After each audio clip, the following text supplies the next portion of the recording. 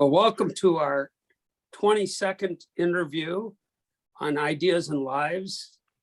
Zvi Bodie and I are co-hosts. Zvi is a financial economist. Zvi, introduce yourself. And Bob is a policy guy. And we are interviewing a policy gal. Her name is Alair Townsend. She was my boss a few years ago. Oh my God. And she's gone on way beyond her role as staff director of the Joint Economic Committee's Subcommittee on Fiscal Policy to an amazing career. And we're delighted to have you, Alair. Thank you. I'm glad to be with you, especially after all these years. Absolutely.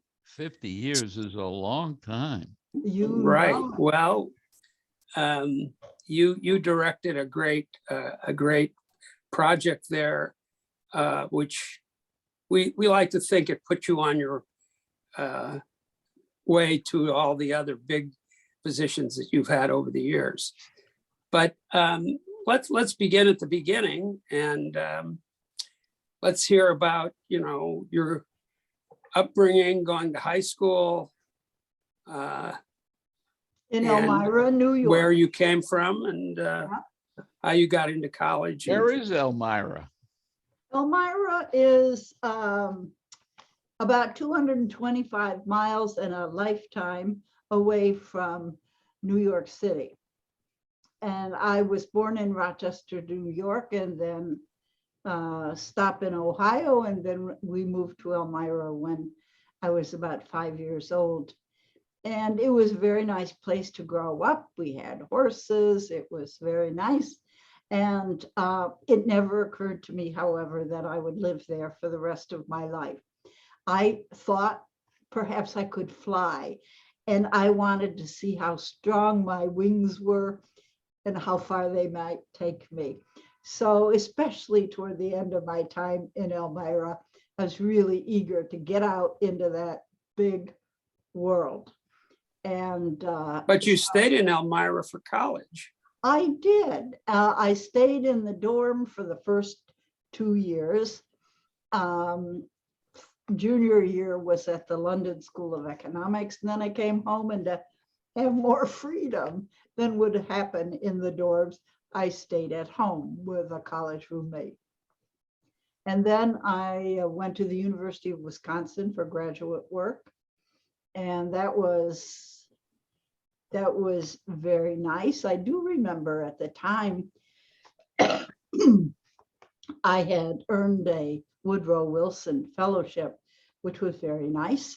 And I was greeted by one of my fellow graduate students, a fellow, who allowed us how it was really a shame to waste that Woodrow Wilson on me, because everybody knew that a woman would just get married, have kids, and that was the end of her productive Oh my life. God. And I even had faculty members tell me as I was leaving 2 years later that they knew they had underestimated me. I wore lipstick and I combed my hair, and that was not a signal of intellectual rigor.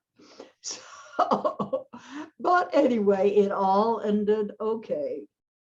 And who were some of your professors there that you may have stayed in touch with, because Wisconsin created the Institute for Research on Poverty? Yeah, well, I knew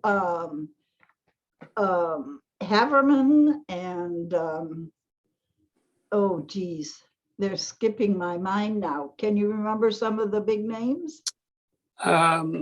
What field were you studying? Watts, Harold Watts. Harold Watts, yeah.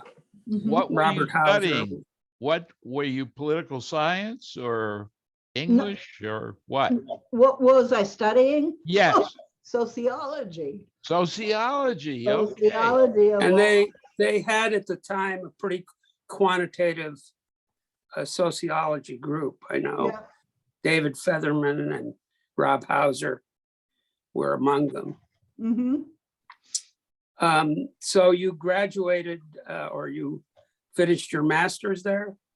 I did. I did my master's. My father had just died. There were 3 younger kids at home, and I wanted to be somewhere on the East Coast where I could get home easily to kind of be there when needed. So I saw an ad in the American Journal of Sociology for a job at what was then the US Department of Health, Education, and Welfare. It was a GS9. It paid what seemed like a magnificent sum at the time, $7,220. And I was thrilled beyond measure when I got the job. And the job largely consisted of updating a biannual report that was then being put out called Statistics on Institutions Serving Delinquent Children.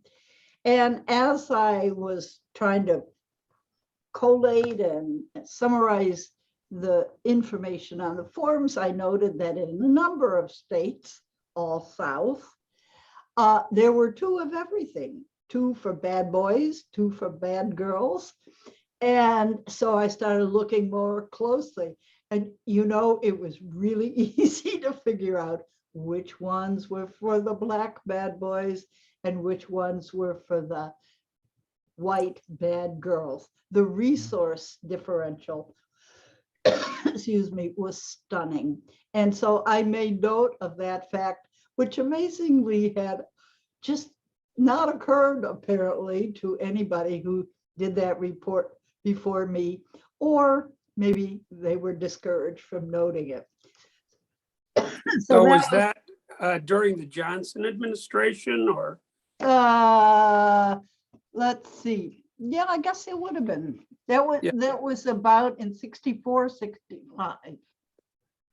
Well, those were the heady days of the new front. So did the anything Great come Society. of your noting the disparity and No, not that I ever knew. A little report is not going to change those institutions and all of the political power behind keeping them the way they were, but at least somebody made note of it. Well, you subsequently, didn't you go to work for Congresswoman Griffiths.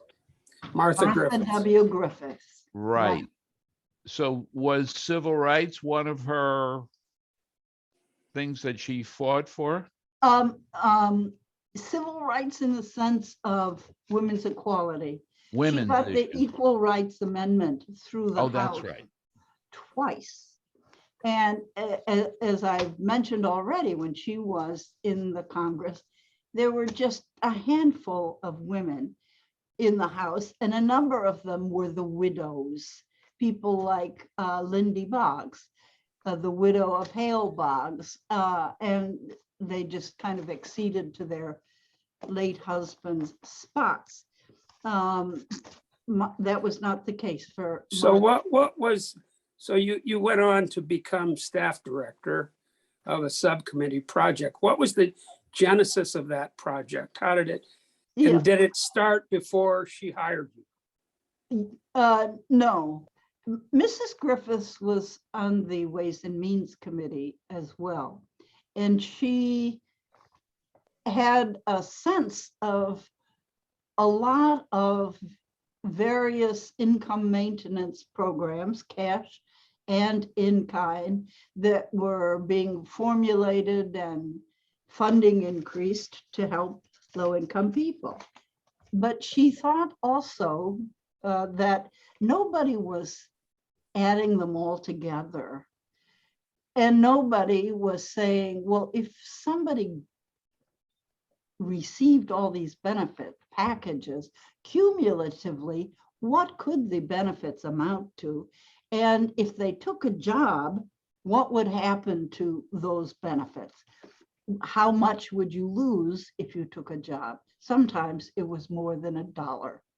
So she, and we're talking here about cash, public assistance, welfare, as it's called, food stamps, Medicaid, which is typically an all or nothing phenomenon. You're either totally on Medicaid because you get $1 of public assistance, or you're not. Public housing, subsidized daycare. There was really a very long list of programs. And working with Bob and people like John Goldstein and Irene Cox and Jim Story, we set out to show what the cumulative impact of these programs was. One of the first studies was done by the GAO, General Accounting Office. It's got a new name now. And they pulled samples from a variety of cities and actually looked at how much person A and B and C got in terms of benefits. They added them up.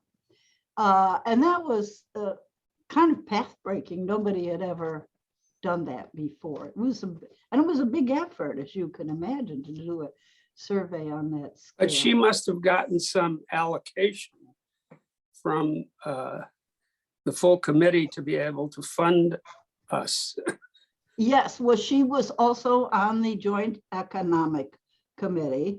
And so she first went to the powers that be, which included William Proxmire, Senator William Proxmire from Wisconsin then, and said, would you support me? I would like to get a special congressional funding to do a study of this. And Prox said yes. So then she had to go to the Appropriations Committee, and she got the money.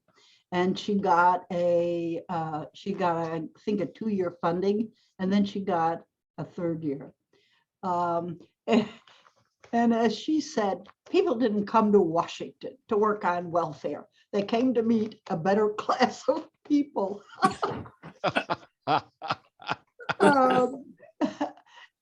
And that was unfortunately true. So you didn't have very many people who were interested in looking at the details and the specifics of these particular programs.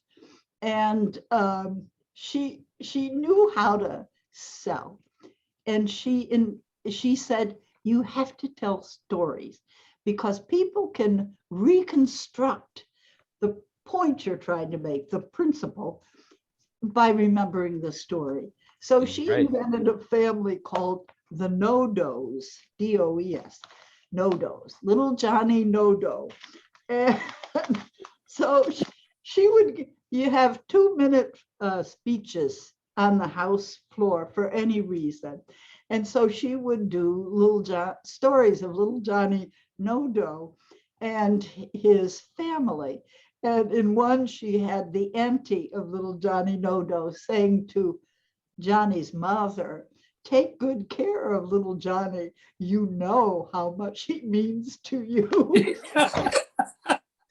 How much he's worth. And so she would tell people that she was going to have a No-Do story, and they would all come in and line up like birds on a phone wire to listen to her story.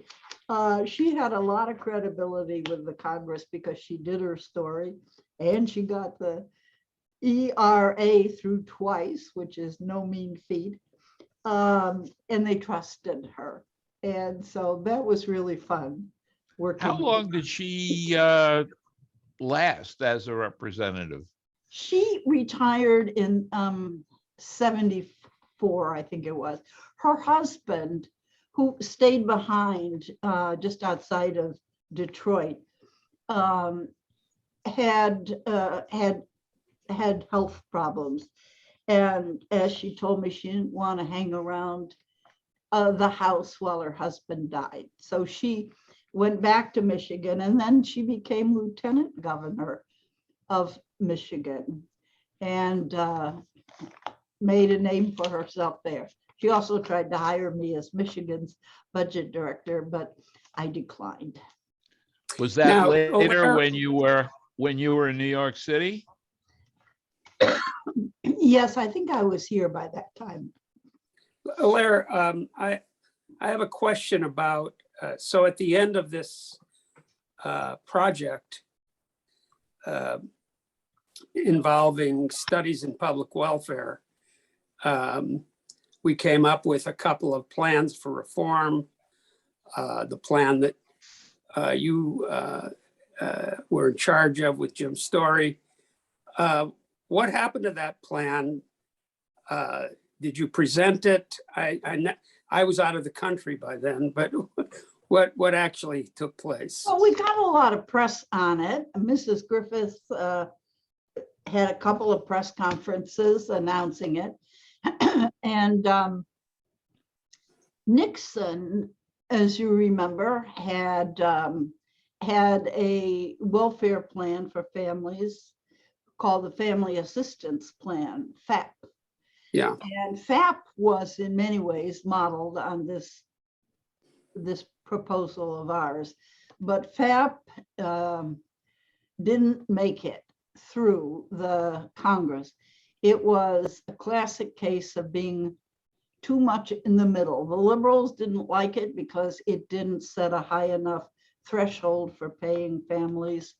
And the conservatives hated it because they didn't want to give poor people anything. So there wasn't enough in the middle to hold the thing together. Was this the plan that Moynihan was championing in Yes, the Senate? yes, he was Yeah. pushing it. And interestingly, I think when last year, I think it was, Congress passed, because the president proposed the child tax credit. This was an amazing plan, which did so much to reduce family poverty, childhood poverty, and that it was not extended is really very sad. Yeah, well, just as a footnote, I had worked on the jobs approach, and Jimmy Carter proposed something similar. Again, the conservatives didn't like the job creation component because they thought it was more expensive than just sending checks. The Democrats didn't like the jobs component because they were worried that the people getting those jobs would take the jobs of high-paid union janitors That's and right. other people in cities, and so that one didn't end up becoming law either. That was the Better Jobs and Income Plan. BIJIP. Yes. Yep. So at that point, you had finished your work for the subcommittee. From there, where did you go? Well, it was a very interesting time because the Congress had just passed the Budget Control and Impoundment Act because of a constitutional crisis between the president and the Congress over the power of the purse. Congress says, if we appropriate it, you have to spend it because we've got the power of the purse. And the president said, but you're so irresponsible. You never add up like I have to do with my budget, everything you want to spend. And so we only know what your priorities are and what you want the fiscal policy to be at the end of the year when it's all over. And so that act established 3 new entities. 1, the Congressional Budget Office. 2 and 3, House and Senate budget committees. And coming out of the subcommittee, I had been really eager to work for the House Ways and Means Committee, to have my hands on the welfare laws and Social Security and unemployment insurance, and at that point, Medicaid, Medicare. So I had really set my arrow aiming at Ways and Means, but I also got offers from the House and the Senate budget committees.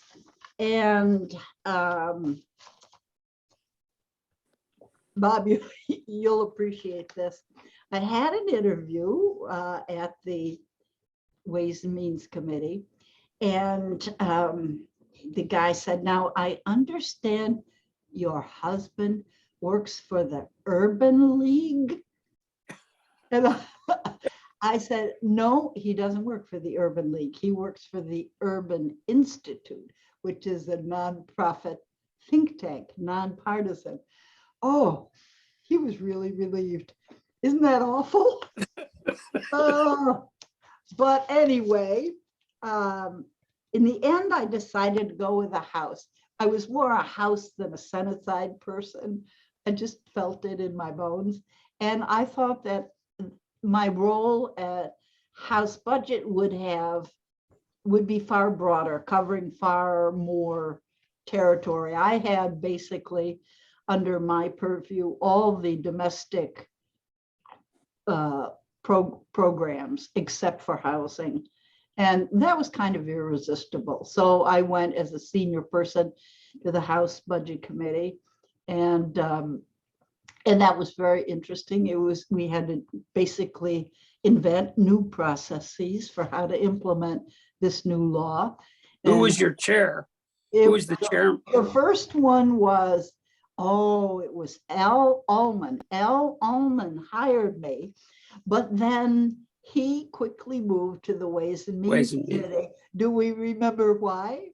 Well, tell everyone why. Yeah, well, Wilbur Mills, who was then the chairman of Ways and Means, took And very powerful. the tidal basin. I remember that, with yes. Argentine firecracker, Fanny Fox. Mrs. Griffith said to me, "And to think, we all used to think he just studied the tax code at night." So the first chairman was, it wasn't Bob Gimo, might have been Brock Adams. Yeah. From Washington State. So that was interesting. All the other committees hated us because we infringed on their existing power to one degree or another. So we had to learn to walk around that. Now, when did you move into the Ed Koch administration? Well, Joe Califano was then Secretary of Health and Human Services, and he hired me away from budget to be the Deputy Assistant Secretary for budget. I did that. Then he left and Patricia Roberts Harris became the secretary, and she promoted me to Assistant Secretary for Management and Budget of the department. And that was really important because that was the highest nonpartisan job basically in government. Higher than that, you couldn't go without being overtly a political appointee. So I was sworn in the day before the Carter-Reagan election. And I looked around this immense office, which had my own bathroom, my own conference room, phones hanging from every fixture you can imagine, and said, "Don't get too used to this, toots." And I didn't, because it turned out to be a short tenure. Well, the Reaganauts were nice to me. They didn't say, "We don't ever want to see you again." They made me a deputy assistant secretary at the public health service. So it was a very nice job. It was just not a place I particularly wanted to be. And at that time, Ed Koch needed a budget director. He wasn't liking the candidates. So he put together a group of 3 businessmen. One knew me from Washington. And so I got the job. They called me, I was off. I had taken a week off on a Monday and said, could you please send your resume? And then they called me on Friday and said, we didn't get your resume. And I said, I didn't send it. And that was because I was really scared, basically, New York politics and oh my God. So they said, well, can you come up Monday anyway and bring your resume with you? I said, yes, I can do that. So I went up and I had a whole packed day of interviews with everybody. And I went home. I was convinced I didn't get it. And they called me the next day to schedule a return visit. And I said to the nice lady, Carol Zwick, come back. I didn't think it went that well. I'm not coming back to fulfill any affirmative action interview quotas. I'll check with my sources to find out if this is serious. You check with yours. Boom. And after I hung up, I said, what's wrong with me? What happened to me? This is not me. This is like a New Yorker. This is chutzpah. We call that chutzpah. Yes, that's it. It took so little time. And so they called me back the next day and said, yes, it's serious. And my sources said it's down to me and one other guy. And I got the lead. So I said very politely, yes, thank you. I would be delighted to come back. And so I did. And, you know, I didn't know anything really about New York. So when I was a kid, at the breakfast table over Cheerios, my mother made flashcards for multiplication so I could be a child prodigy at multiplication. So, you know, 7 times 8, 56, mother. You can't fool me in any of that stuff. And so I made my own flashcards. Cute, comma, Thomas, turn it over. President, city council. Okay. So I made a bunch of them, and everywhere I went, I carried my flashcards with me. And I studied maps. Where is that? Coney Island? I know it's here somewhere. And it was just fun getting to know the city. And I was so thrilled. I just loved it. You know, I loved working in Washington, especially on things like welfare reform, where if you can get it done, you have affected millions of people. In New York, it's smaller bore, but you sorry, you have the immediacy. When I was budget director, we had some lean years, and we would have to cut sanitation department street cleaning. So I could see in my own neighborhood, streets getting cleaner and streets getting dirtier. I could see in my own neighborhood, more or fewer police on the street. So you felt so accountable. And like what you were doing, the priorities you were laying down had real world consequences for every single New Yorker. And I loved that about the job. And I loved working for Ed Koch, who was so smart and so funny. And So he was funny in real life. oh, he was wonderful. Yes, he was. And unlike Rudy Giuliani, for example, who hated Bill Breton because the police commissioner, because he was getting a lot of personal publicity. Ed loved it when his top people got nice editorials in the Times or got written up somewhere. He thought it reflected well on him. He was like a proud papa. And he was very good about giving you responsibility along with accountability. So you knew how long your leash was, and he just didn't tug on it for no reason. He would back you up if there was a Absolutely. controversy. Absolutely. Can you tell us any stories that might relate to any of that? Well, homelessness bedeviled him, and a local reporter, TV reporter, Gabe Pressman, was always in his face about homelessness. And so one day Ed was visiting a homeless shelter, and there he found a young fellow. He kind of looked like he just was an average Joe, not a bum. And he was maybe 20, 21. And Ed said, well, where are you from? And the kid said, oh, I'm, like he named someplace in the suburbs. And Ed said, really? He said, well, do you fight with your parents? No.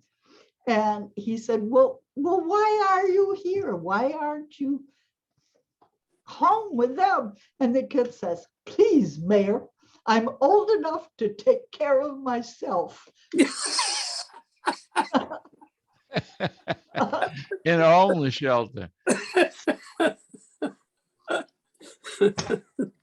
And one time, shortly after I moved over to City Hall as deputy mayor, I went with him to the opening of a vertical mall. We hadn't had a vertical mall in New York City. So one of the features of the vertical mall on one of the upper floors was a carousel, a merry-go-round. So of course, if you got the mayor there, you got to get the mayor on the damn merry-go-round. So Ed is on the merry-go-round.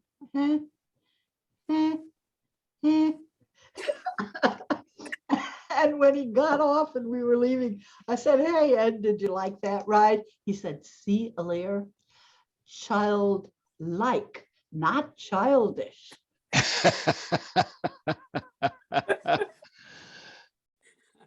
He was. I worked on Wall Street for a couple of years and belonged to a gym. And who should I meet in the gym? This was after Ed was mayor already, but Ed Koch, and he was going to the gym every day. Yes, he was. Yeah, and keeping in shape, very friendly. Yep. When he first got to City Hall, he forever there. He would have coffee in the morning on China cups, and occasionally he would have a couple of people for lunch, and the dirty dishes were stacking up in the sink. And he says to one of his aides, who does the dishes around here? Well, the cleaning ladies decided they didn't do dishes. He had to disabuse them of that notion. Were they unionized? Everybody was unionized. Yeah. In fact, Did you have to engage in the union bargaining? Obviously would have budgetary implications. Yeah. What was your role there, or if any, either as budget director or deputy mayor?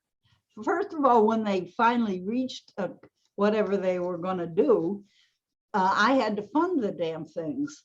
And I never, ever had socked away enough because it was just hard. First of all, it was hard to hide that much money.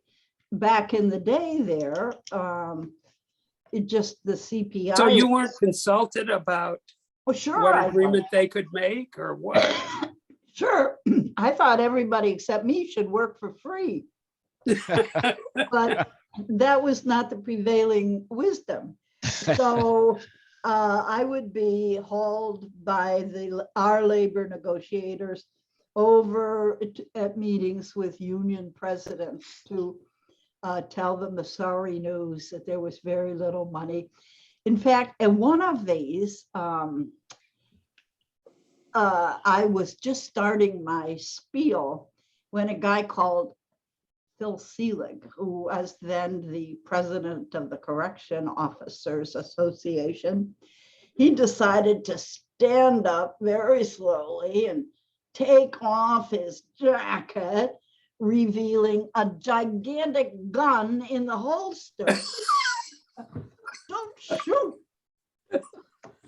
That won't make any more money become available. But you know, they love to do whatever they could. He must have been from Texas. When Victor Gottbaum, who was pretty famous, he would refer to me as Miss Hard Rocks. So how long did you do that? I was budget director for 3.5 years.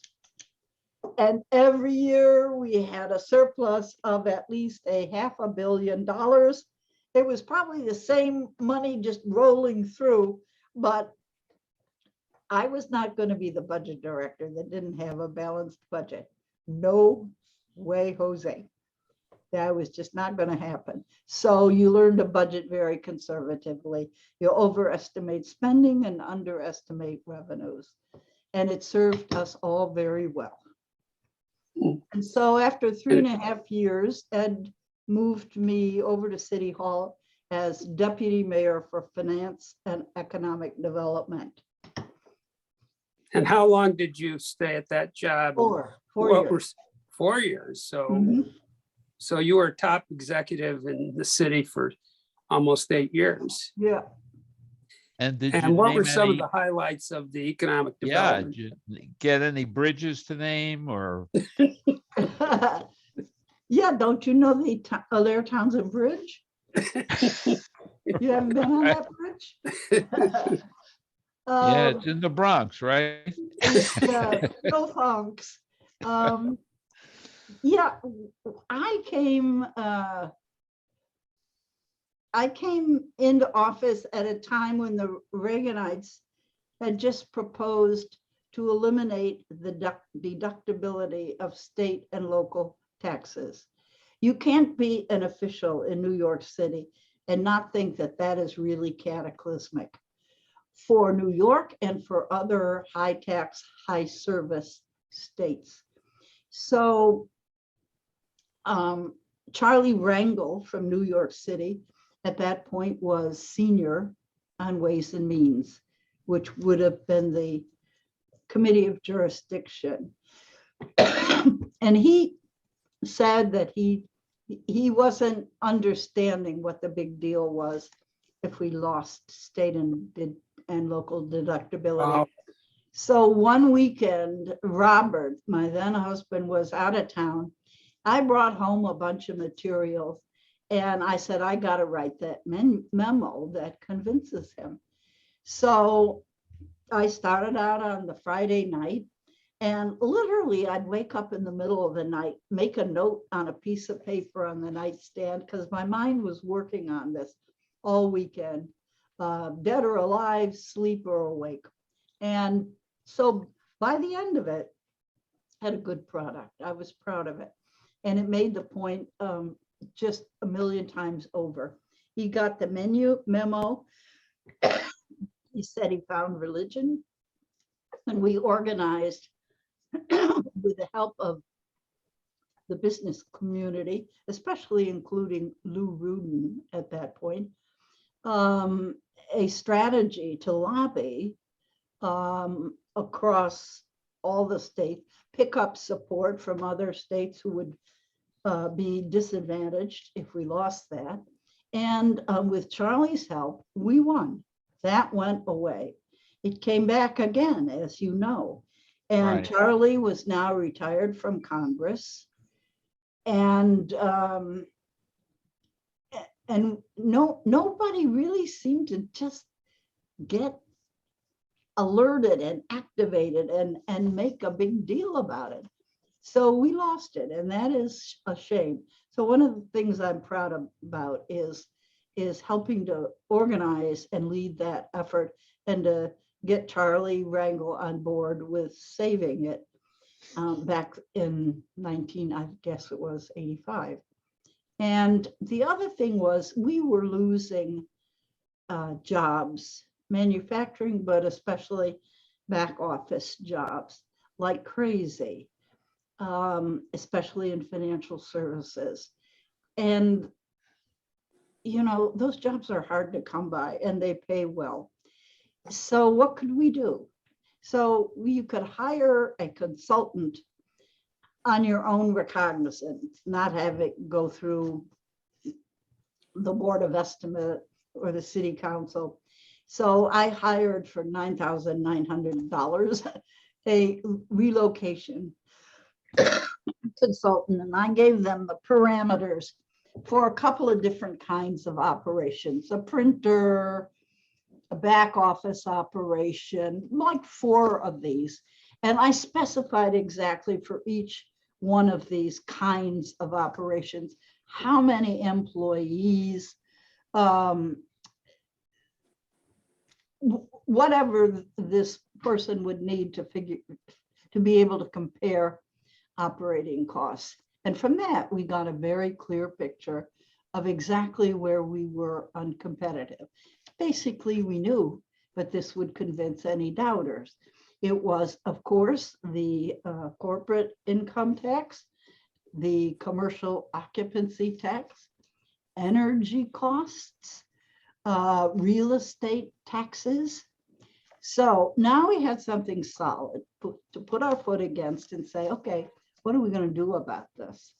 So we established an energy cost savings program that cut your bill by 30% if you were moving to the 4 other boroughs than Manhattan, or Manhattan north of 96th Street, or if you were already in those places, you were investing a certain amount in rehabbing your facilities. So that's energy. That was done. And associated with the renovation costs, we worked in some nice real estate tax savings for 30 years. Also for the same kinds of companies located where they were. We also, for companies in those areas, moving or expanding, no, they didn't even have to move. We were eliminating the commercial occupancy tax, which at that point was a tax of 6% on your rent, basically, just for the privilege of being able to rent space Rent in New York. in New York City. And then on the general corporation tax front, you got a corporate tax credit of, I think it was originally, it went up over time, 1,000, or it might have been 3,000 per relocating employee. So you put all that together, and we were able to save 6,000 jobs that Chase was thinking about moving to New Jersey. And we saved a lot of other companies and rewarded still others for basically reinvesting in New York City. And for those, for a number of years, job growth in the boroughs exceeded job growth in Manhattan. And that made me very happy, because I hated the idea of a glittering core surrounded by just bedrooms and no jobs. And this way, I thought kids will be able to look out in their neighborhoods and see people going to work there, see hope there. And and I liked that. So that was, I spent a lot of time on that, chasing the moving vans. I got tire treads on my back. Well, And then- at that point, you had done your work for the city, and what you were thinking, maybe it's time to take Well, a she went private into sector publishing. Yeah. job, and tell us about becoming the publisher of Crain's. Well, it's kind of hard to look for a job under the nose, literally, of Ed Koch. My office was directly adjacent to his. So one day the publisher of Crain's came to me and said, would you ever be interested in my job? I want to go back to Chicago soon. And I said, yeah, that'd be great. Because my ideal job was to make something, to run a manufacturing plant. Because after all these years of process, with 1,000 or 1,000,000 people having their fingers, in every pie, I Right. just thought it would be really nice to produce a product. And I thought, well, it's not a widget, but it is a product every week, Crain's New York business. So I said, yes, I sure would. So a couple of months later, she came back and said, okay, we're going to talk earnestly about this job. We want you, you're the only one. Oh, I said, that's great. Let's do it. But if I do it, I said, it has to be quick. I don't want to leave Ed in the year in which he's running for re-election. So we got to do it before January of that year, at least announce it. So I don't seem to be abandoning him. He was running for a 4th term. He didn't win. And so I started, and my husband had said to me, you want to write a column. And I said, well, that's very interesting. How do I tell the editor that? I don't know. You're the So- publisher. I know, but editors guard their privileges. So the first day on the job, I gave the editor a 2 or 3 page single space type memo with story ideas. I said, here, make of them what you will. And he looked them over and he said, I like them. Oh, well, that's good. So then he said, and we think you should write a column. I said, oh, that's interesting. Okay. And, that turned out really to be interesting, to be able to have a bully pulpit. Readers don't have to read you if they don't want you. Right. But a lot of them did. And so that was really, really fun. And you continued, are you still writing that column? No, I stopped that a few years ago, but I continued writing for about 8 years after I left the publishing job. And one of the most fun columns to write was right after I turned 65. Through the magic of target marketing, on my birthday, I got this pack encased in cellophane of individual marketing cards for older people. And there was a card there for everything except depends. So I arranged all these cards in the order of increasing decrepitude. It was like spring things for your feet, magic ears, so you don't disturb your partner when you turn the television on the ears up to blasting. The lifts to carry you up and down your stairs, and just everything, including Replacement knees, replacement everything, hips. including deals on final disposal. So I had so much fun writing that column. It was wonderful. I think the Do you readers. have a copy of it? We'd I like do. it. Of Oh, course. you gotta send it to us. Okay. I'd love to see that. Uh, So what was your most challenging tasks at Crain's? Well, I think I was publisher during some of the golden era of print journalism. There were some years when the editor would come storming in and say, "We can't take any more ads. Stop, stop." He said, "Readers don't want 80-page publications. Stop." That's a wonderful problem to have. Yeah, yeah, it's not the problem today. It is not the problem today. And, you know, everybody is downsized and downsized, including Crain's. You know, Crain's now,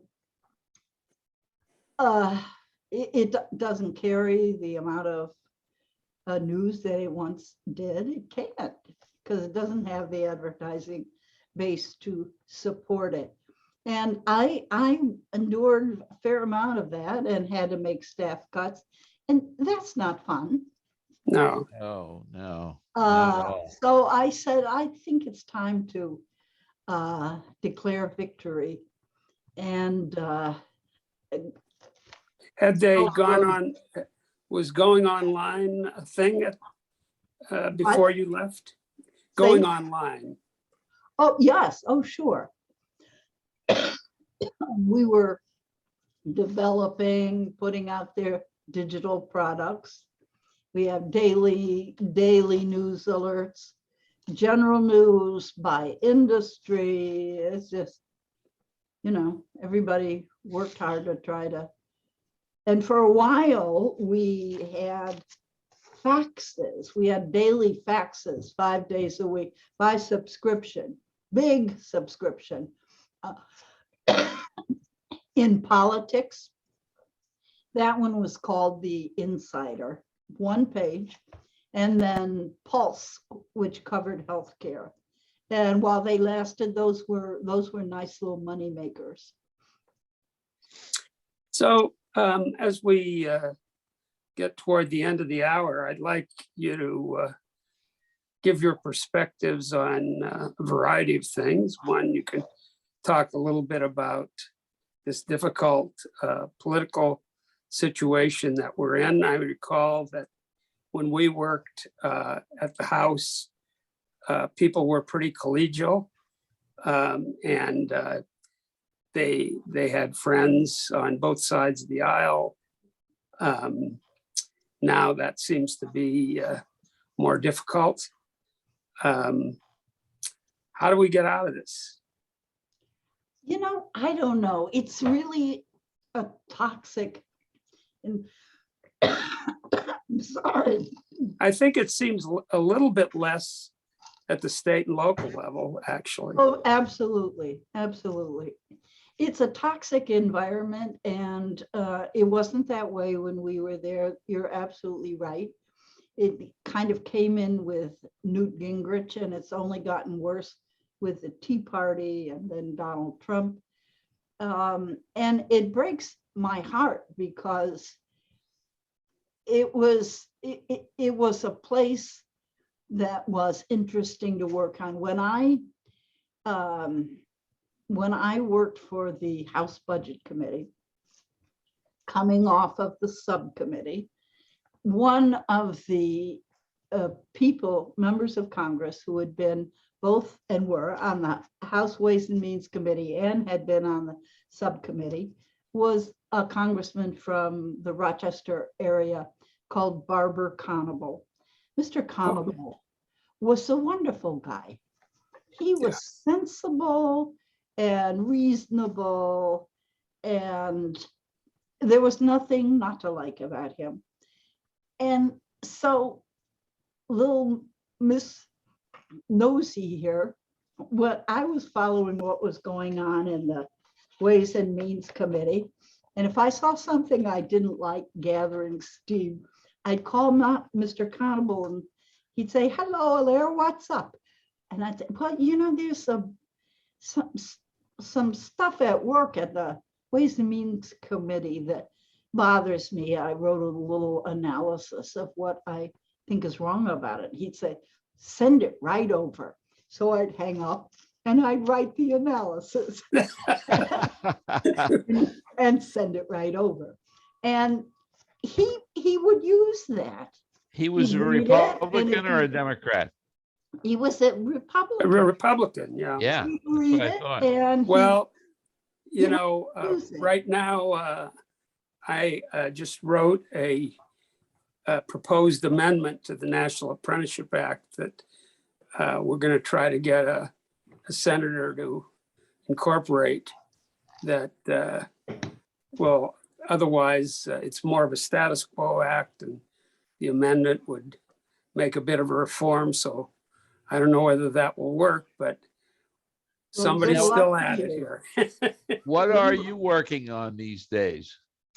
I'm on a number of boards, and in addition to reading constantly, I'm enjoying those boards. I just got off of the Boy Scout board. I was on that board for 20 years and was the first woman ever to be president of the New York City Scouts. And I really admired the organization and pushed for the needed changes regarding gay scouts and gay leaders. So I finally thought I've grown long in the tooth there and got off.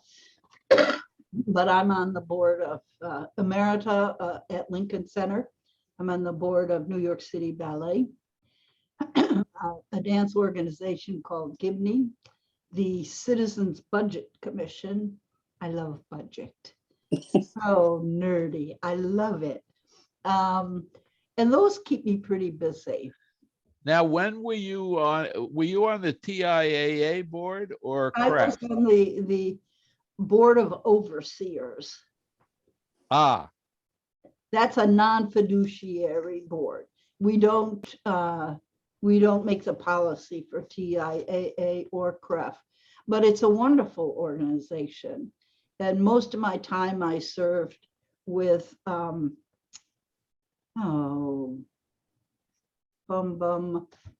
Roger Ferguson Ferguson, oh, yeah. during as Ferguson. CEO. Yeah, He I just also was resigned. there, yeah, during John Biggs a little bit and a little Uh-huh. bit for Herb Ellison. But I Oh, have boy, those respect three. for them. Well, now there's a woman. Yes, and I never met her. No, I haven't either. But she's Well- young, relatively. I think Well, that was- Alair, now that you've left your position as on the board of the Boy Scouts, I think it's time for you to join our board on Apprenticeships for America.